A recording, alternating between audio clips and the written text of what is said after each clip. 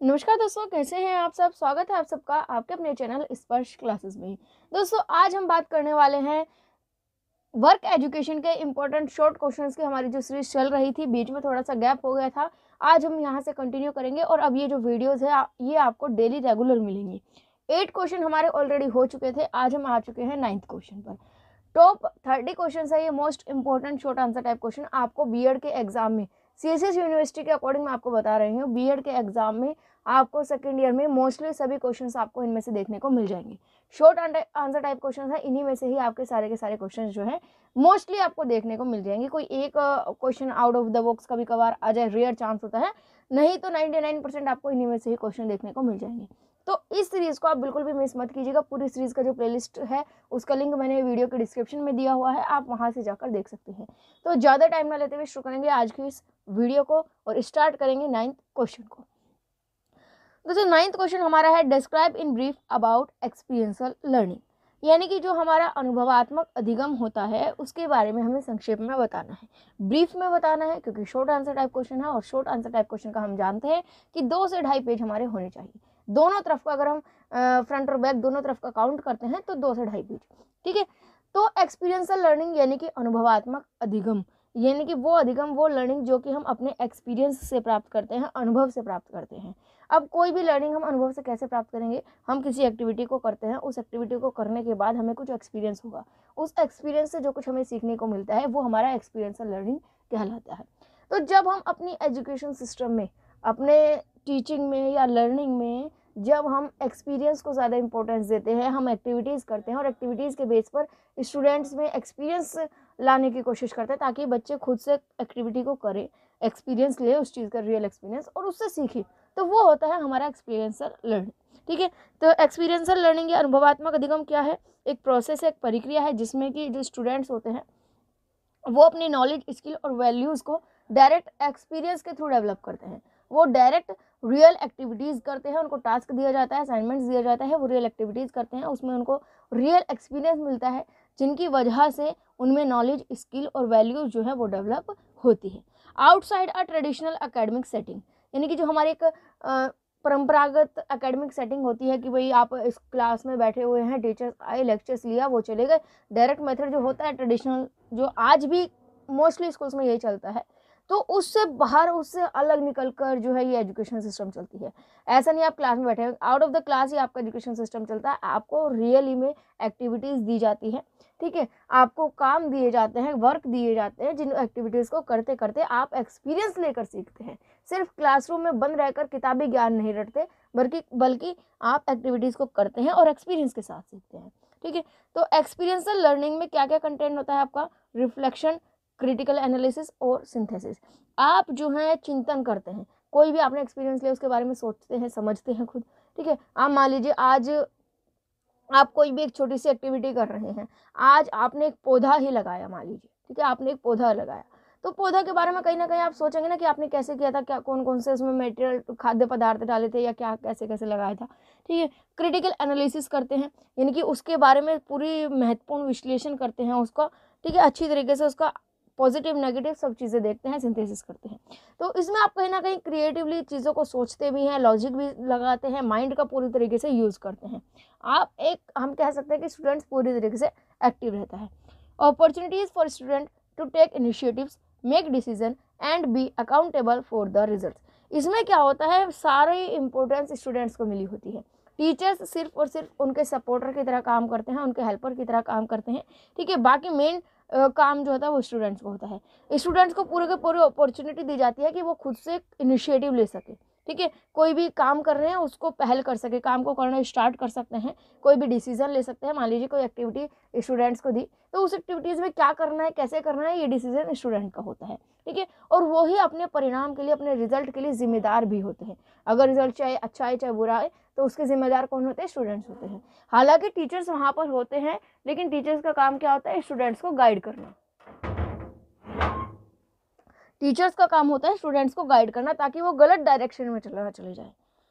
Opportunity for students to engage intellectually, इसमें क्या opportunity मिलती है स्टूडेंट्स को? स्टूडेंट्स को ये अवसर मिलता है कि वो अपनी बुद्धि का इस्तेमाल करते हुए रियली में एंगेज हो सके, एक्टिव रह सके, क्रिएटिवली सोच सके, इमोशनली सोच सके, सोशली सोच सके, फिजिकली सोच सके। आपने अक्सर देखा होगा, एक मान लीजिए एक कल्चर प्रोग्राम ही होता है आपके स्कूल में, एनुअल प्रोग्राम होता है। एनुअल प्रोग्राम में हर एक स्टूडेंट्स अपनी एक रेस्पॉन्सिबिलिटी लेते हैं, ठीक है। कोई स्टूडेंट्स मॉनिटरिंग करते हैं, ठीक है, वो अपने एक रेस्पॉन्सिबिलिटी लेते हैं, अपना एक इमोशनली कहीं ना कहीं डिसीजन भी लेते हैं, सामाजिक रूप से भी सोशली एक दूसरे से जुड़ते हैं, कनेक्ट होते हैं। तो वो सारी चीज़ें ही हम नॉर्मली भी एक्टिविटीज़ में लेकर आते हैं। A designed learning experience that include all possibilities to learn, ये एक ऐसा लर्न किया हुआ एक्सपीरियंस है, ये एक इस तरीके का डिज़ाइंड लर्निंग एक्सपीरियंस है जिसमें कि सभी की सभी पॉसिबिलिटीज़ शामिल होती है, सभी संभावनाएं होती है, मिस्टेक्स भी होंगी, गलतियां सुधारी भी जाएंगी, सफलता भी मिलेगी। इसका थोड़ा सा हिस्ट्री लिखा हुआ है, ये आप देख लीजिएगा। तो ये आपका एक्सपीरियंशियल लर्निंग के बारे में मैंने बताया है। अब जब अगर आपके एग्जाम में ये आंसर आता है, ये क्वेश्चन आता है, तब आप आंसर में कैसे लिखेंगे? अगर आपको यहाँ पर लिखा हुआ ये आंसर छोटा लग रहा है, यहाँ पर मैंने सिर्फ और सिर्फ मेन पॉइंट्स को लिखा है, पूरे डिटेल में नहीं लिखा। जो मैंने आपको अभी एक्सप्लेन किया है, इसी चीज़ को ही आपको अपनी लैंग्वेज में लिखना है। अब किस तरीके से लिखेंगे? आप ये यहाँ तक लिखेंगे, उसके बाद आपने ये जो 4 पॉइंट यहाँ तक आपने लिखा, 4 पॉइंट्स आप लिखेंगे, इनको आप हेडिंग बना दीजिएगा और इनके अंदर एग्जाम्पल के थ्रू आप इनको एक्सप्लेन कर सकते हैं, एग्जाम्पल दे सकते हैं, एक्सप्लेन कर सकते हैं, ठीक है। तो जब आप इनको हेडिंग बना के इनके अंदर एक्सप्लेन करेंगे, आपका आंसर ऑटोमेटिकली ही बड़ा हो जाएगा। तो ये था आपका 9th क्वेश्चन। नेक्स्ट क्वेश्चन पर चलते हैं। Gandhiji's contribution to education not limited to the system of craft centred education, elucidate. क्या होता है कि शिक्षा में गांधी जी का क्या योगदान रहा है, और जो शिक्षा में गांधी जी का योगदान है वो केवल और केवल क्राफ्ट सेंटर एजुकेशन तक नहीं रहा, शिल्प केंद्रित एजुकेशन तक सीमित नहीं है। इस चीज़ को हमें स्पष्ट करना है, एक्सप्लेन करना है। मतलब क्वेश्चन में कहा क्या गया है? क्वेश्चन में क्या कहा गया है कि जो गांधी जी का शिक्षा में योगदान था वो सिर्फ और सिर्फ क्राफ्ट सेंटर तक लिमिटेड नहीं था, इससे भी बहुत आगे तक था। इस चीज़ को हमें एक्सप्लेन करना है। अब ये क्वेश्चन का देने का तरीका अलग हो सकता है, लेकिन आंसर यही है। हमें सिर्फ यही तो बताना है ना कि गांधी जी का कंट्रीब्यूशन क्या था। जब हम ये बताएंगे गांधी जी का कंट्रीब्यूशन क्या था, उस चीज़ को एक्सप्लेन करेंगे, तो ये बात, ये स्टेटमेंट खुद से खुद ही एक्सप्लेन हो जाएगी कि गांधी जी का कंट्रीब्यूशन जो था वो सिर्फ और सिर्फ क्राफ्ट एजुकेशन नहीं थे, और भी बहुत सारे कंट्रीब्यूशन थे। जब हम एक एक करके एक्सप्लेन करेंगे तो ये पॉइंट अपने आप ही सेटिस्फाई हो जाएगा। तो इनडायरेक्टली हमें यहाँ पर क्या लिखना है? हमें यहाँ पर सिर्फ और सिर्फ आंसर में यही बताना है कि गांधी जी का क्या क्या कंट्रीब्यूशन था, ठीक है। क्राफ्ट सेंटर्ड को मेन ना लेके इससे अलग जितने भी कॉन्ट्रीब्यूशन है वो हम यहाँ पर एक्सप्लेन करेंगे मेनली। आपने देखा होगा नॉर्मली गांधी जी की जो शिक्षा थी वो बेसिक शिक्षा है, ठीक है, और बेसिक शिक्षा को craft education, craft centred education या शिल्प केंद्रित शिक्षा के नाम से भी जाना जाता है, और मेन कंट्रीब्यूशन यही होता है। लेकिन कंट्रीब्यूशन सिर्फ यहीं तक ही नहीं था, गांधी जी ने और भी बहुत सारे कंट्रीब्यूशन दिए थे, जैसे कि यहाँ पर हम देख सकते हैं, the main idea is to impart the whole education of body and mind and the soul through the handicraft that is taught to the children. Gandhi ji का मेन आइडिया क्या था कि आप बच्चे में पूरी की पूरी एजुकेशन को दें, बच्चे को पूरी एजुकेशन सिस्टम के बारे में बताएं थ्रू द हैंडीक्राफ्ट, यानी कि हैंडक्राफ्ट, हार्ड जो आता है ना, क्राफ्ट सेंटर्ड आपका आता है, शिल्प केंद्रित जो शिक्षा होती है, उसके द्वारा आप जो है बच्चे को सारी एजुकेशन दें, ठीक है। You have to draw out all that is in the child. ये कहा गया था गांधी जी ने कि बच्चे में क्या होता है कि शक्ति खुद से ही उसके अंदर निहित होती है, हर एक व्यक्ति में उसकी पावर खुद से उसके अंदर निहित होती है। एजुकेशन का काम ही होता है कि उसकी सारी पावर्स को बाहर निकालना। यही बात गांधी जी ने कही कि एक एजुकेशन ऐसी होनी चाहिए जो बच्चे में जितनी भी पावर बच्चे में है, सारी पावर्स को, सारी शक्तियों को बाहर लेकर आ सके।